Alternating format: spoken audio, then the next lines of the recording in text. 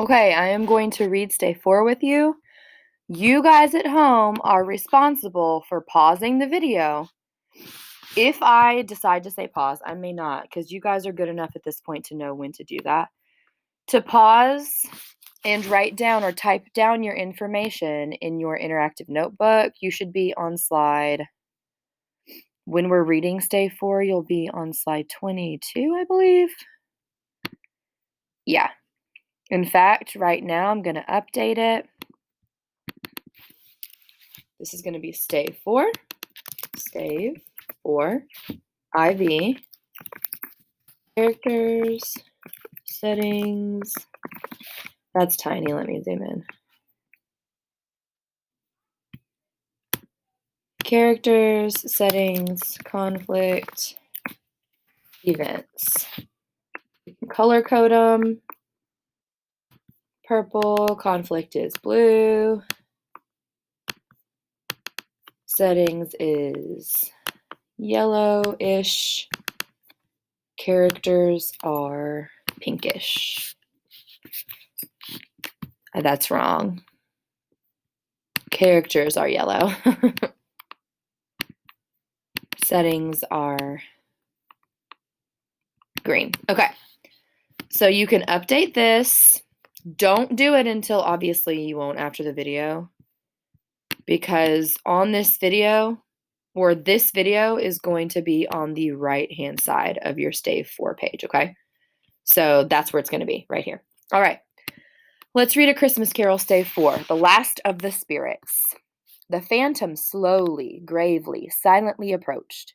When it came near him, Scrooge bent down upon his knee, for in the very air through which the spirit moved, it seemed to scatter gloom and mystery. It was shrouded in a deep black garment, which concealed its head, its face, its form, and left nothing of it visible save one outstretched hand. But for this, it would have been difficult to detach its figure from the night and separate it from the darkness by which it was surrounded. He felt that it was tall and stately when it came beside him, and its mysterious presence filled him with a solemn dread. He knew no more, for the spirit neither spoke nor moved. So the spirit's scary. I am in the presence of the ghost of Christmas yet to come, said Scrooge. He used his context clues and figured out probably the ghost of Christmases to come. The spirit answered not, but pointed onward with its hand. You are about to show me shadows of things that have not happened, but will happen in the time before us, Scrooge pursued. Is that so, spirit? The upper portion of the garment was contracted for an instant in its folds, as if the spirit had inclined its head, like turned its head up. That was the only answer he received. Although well used to ghostly company by this time, Scrooge feared the silent shape so much that his legs trembled beneath him, and he found that he could hardly stand when he prepared to follow it. A spirit paused a moment, as observing his condition and giving him time to recover. But Scrooge was all the worse for this. It thrilled him with a vague, uncertain horror to know that behind the dusky shroud there were ghostly eyes intensely fixed upon him, while he, though he stretched out his own to the utmost, could see nothing but a spectral hand and one great heap of black. Ghost of the future, he exclaimed, I fear you more than any other spectre I have seen. But as I know your purpose is to do me good, and as I hope to live to be another man from what I was, I am prepared to bear you company and do it with a thankful heart. Will you not speak to me? That is a huge line. Paragraph on page 70 that shows Scrooge's change. What did Scrooge say? Right here. He's hoping to become another man when the ghost is finished with them, okay? That is huge. Now, he says it, but actions speak louder than words. You might want to update your slide on slide 22 at this point. All right. It gave him no reply. The hand was pointed straight before them. Lead on, said Scrooge. Lead on. The night is waning fast, and it's precious time to me, I know. Lead on, spirit.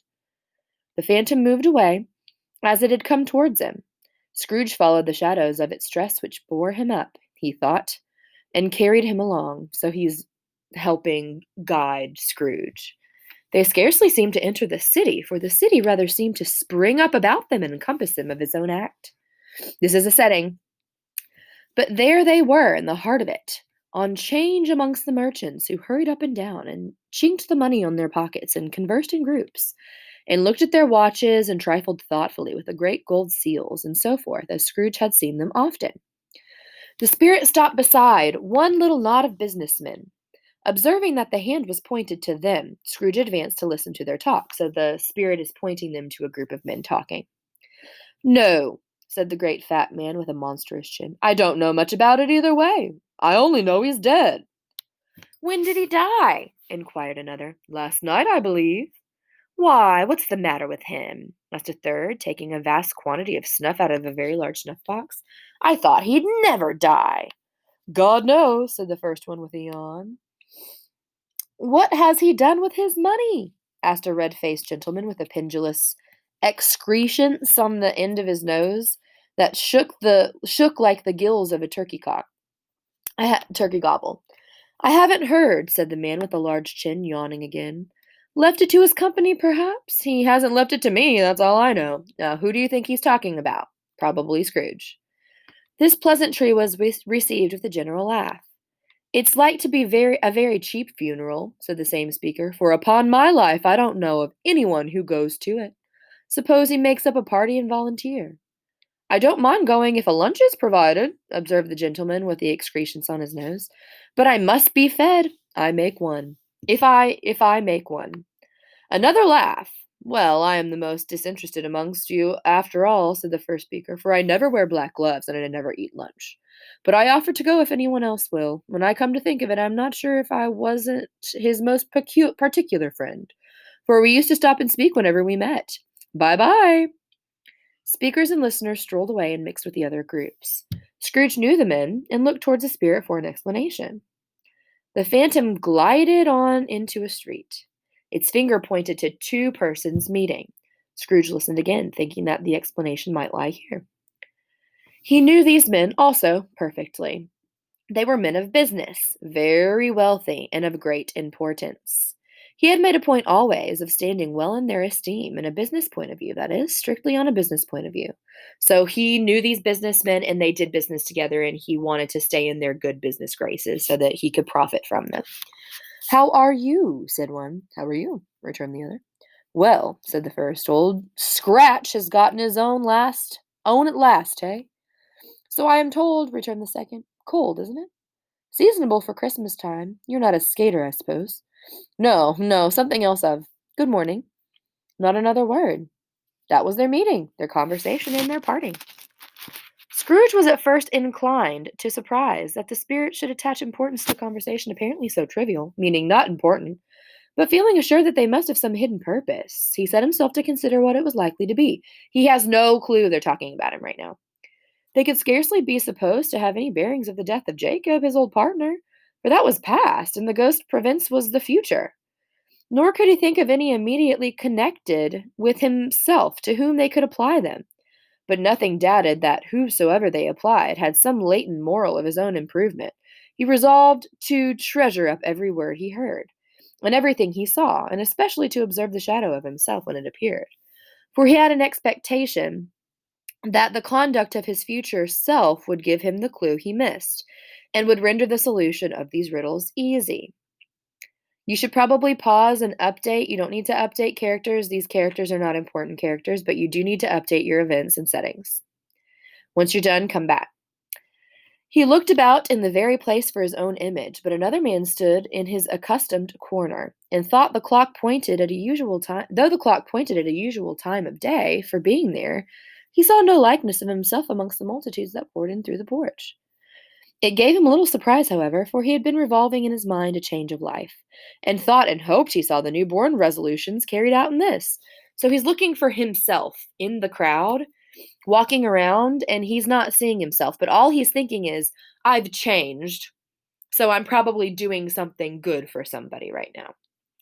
Quiet and dark beside him stood the phantom, with its outstretched hand, when he roused himself from this thoughtful quest he fancied, from the turn of the hand, in its situation in reference to himself, that the unseen eyes were looking at him keenly. So the ghost was looking at him. It made him shudder and feel very cold. They left the busy scene and went into an obscure part of town, where Scrooge had never penetrated before, although he recognized its situations and its bad repute, so he's going to a bad part of town.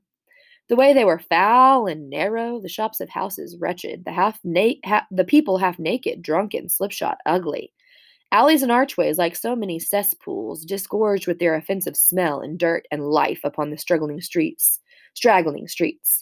And the whole quarter reeked with crime, with filth, with misery. So really poor, really gross, bad part of town. Probably not even where the Cratchits live. Worse than that. Far in the den of an infamous resort, there was a low-browed, beetling shop below a penthouse roof, where iron, old rags, bottles, bones, and greasy offals were bought. So stuff that was stolen and pawned, basically. Upon the floor within were piles of heaps of rusty keys, nails, chains, hinges, files, scales, weights, and refuse irons of all kinds. Secrets that few would like to scrutinize were bred and hidden in mountains of unseemly rags, masses of corrupted fat, and sepulchres of bones. So gross, gross stuff they were selling. Sitting in among the wares he dealt in, by a charcoal stove made of old bricks, was a gray-haired rascal, nearly 70 years of age, who had screened himself from the cold air without by a frowsy curtaining of miscellaneous tatters hung upon a line, and smoked his pipe in all the luxury of calm retirement. Scrooge and the Phantom came to the presence of the man, just as the woman with heavy bundles slunk into the shop. But she had scarcely entered with another woman, similarly laden, came in too. She was closely followed by a man in faded black, who was no less startled by the sight of them, and they had been upon the recognition of each other. After a short period of blank astonishment, in which the old man with a pipe had joined them, they all three burst into a laugh. "Let the chairwoman alone to be first," cried she who had entered first. "Let the laundress alone to be in second, and let the undertaker's man alone to be in third. Look here, old Joe, here's a chance, if you haven't all three met here without meaning it." "You couldn't have met in a better place," said old Joe, removing his pipe from his mouth. "Come into the parlor. You were made free of it long ago, you know. And the other two, ain't strangers. Stop till I shut the door of the shop. Ah, how it shrieks! There ain't such a rusty bit of metal in this place as its own hinges, I believe. And I'm sure there's no such old bones here as mine. Ha ha ha! We're all suitable for our calling. We're well matched. Come into the parlor. Come into the parlor." That's like a living room. The parlor was the space behind the screen of rags. The old man raked the fire together with an old stair rod, and having trimmed his smoky lamp, for it was night, with the stem of his pipe, put it in his mouth again. While he did this, the woman had already spoken through. We're on 74. Her bundle on the floor, and sat down in a flaunting manner on a stool, crossing the elbows on her knees and looking with a bold defiance at the other two. "What odds, then? What odds, Mrs. Dilber?" said the woman. "Every person has a right to take care of themselves. He always did." "That's true indeed," said the laundress. "No man more so." "Why then, stand staring. Why don't stand staring as if you were afraid, woman. Who's the wiser? We're not going to pick holes in each other's coats, I suppose. So they're bringing stuff to sell to this dealer. Pay attention to what they're bringing." "No, indeed," said Miss Dilber and the man together. "We shouldn't hope." "Very well, then," cried the woman. "That's enough. Who's the worse for the loss of a few things like this? Not a dead man, I suppose?" "No, indeed," said Miss Dilber, laughing. "If he wanted to keep him after he was dead, wicked old screw," pursued the woman. "Why wasn't he natural in his lifetime? If he hadn't been, had been somebody to look after him when he was struck with death, instead of lying gasping out there, alone by himself." "It's the truest word that was ever spoken," said Miss Dilber. "It's judgment on him." "I wish it were a little heavier judgment," replied the woman, meaning she wished he was punished more when he died. "And it should have been, you may depend upon it, if I could have laid my hands on anything else. Open that bundle, old Joe, and let me know the value of it. Speak out plain. I'm not afraid to be the first, nor afraid for them to see it. We knew pretty well that we were helping ourselves before we met here, I believe. It's no sin. Open the bundle, Joe. I'm not going to tell you yet, but I want you to try to think about what they're giving.